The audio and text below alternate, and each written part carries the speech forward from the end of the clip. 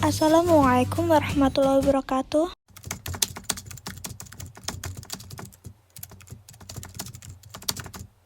Selamat pagi anak-anak, semoga kita selalu sehat dalam lindungan Allah Subhanahu wa taala.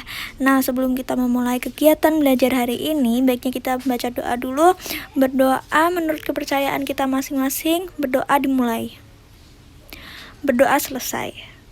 Benar banget, hari ini kita akan mempelajari mengenai laju reaksi seperti yang sudah Ibu paparkan.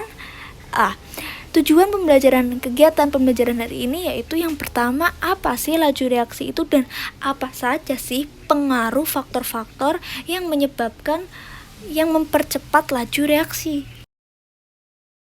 Nah, coba kita lihat di sini ada petasan, lalu ada kertas yang dibakar dan ada gembok yang sudah berkarat. Tentunya anak-anak tahu kan, hal-hal tersebut mengalami reaksi, entah reaksi itu cepat atau reaksi lambat. Namun, anak-anak tahu tidak, apa sih yang mempengaruhi reaksi itu bisa terjadi secara cepat atau reaksi itu terjadi secara lambat.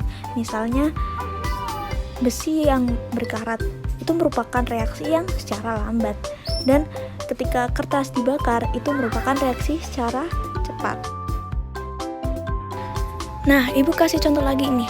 Ada orang yang perutnya sakit dan dia membutuhkan obat. Nah, obat ini memiliki beberapa jenis bentuk. Yang pertama ada pil, yang kedua ada cair, dan yang ketiga ada serbuk. Nah, apa sih hubungannya dari jenis obat yang pilih dengan reaksi penanganan rasa sakit yang dialami orang itu?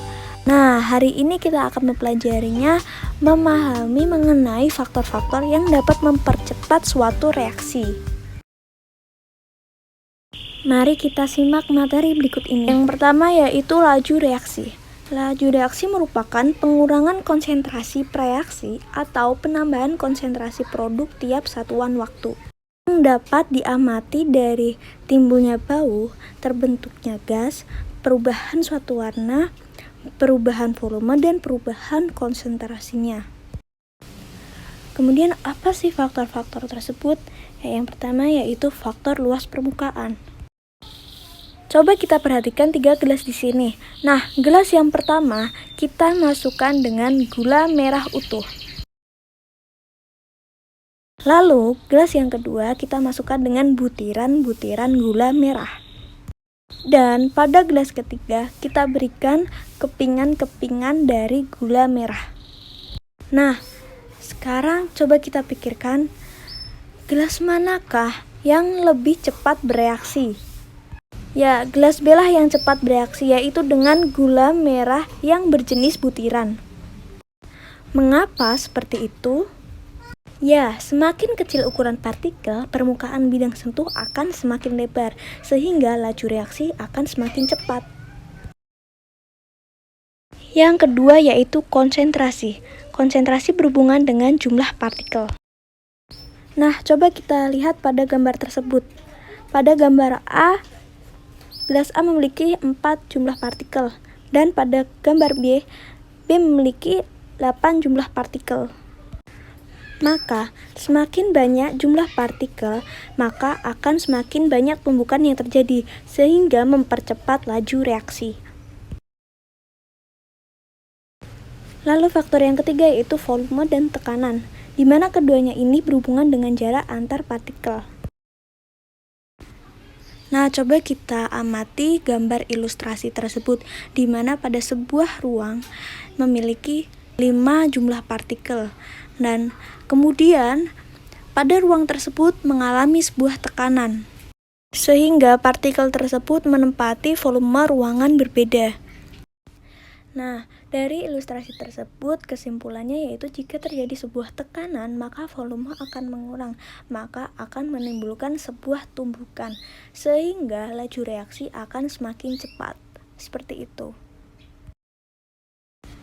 Yang ketiga yaitu suhu. Coba kita perhatikan ilustrasi gambar tersebut. Di sini terdapat panci A dan B, di mana panci A dalam keadaan panas dan pada panci B yaitu dalam keadaan air normal. Selanjutnya, pada masing-masing panci dituangi oleh gula. Maka, yang manakah yang lebih cepat bereaksi?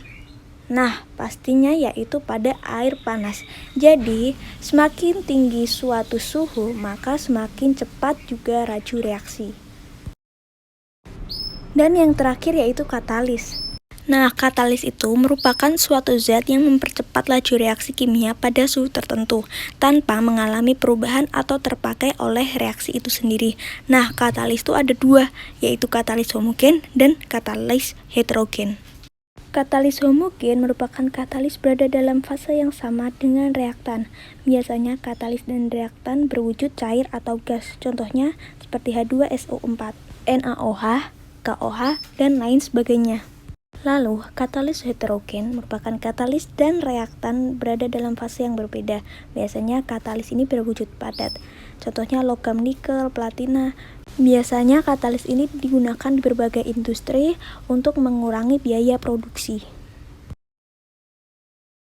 Terima kasih, cukup sekian pertemuan kita hari ini. Semoga bermanfaat. Wassalamualaikum warahmatullahi wabarakatuh.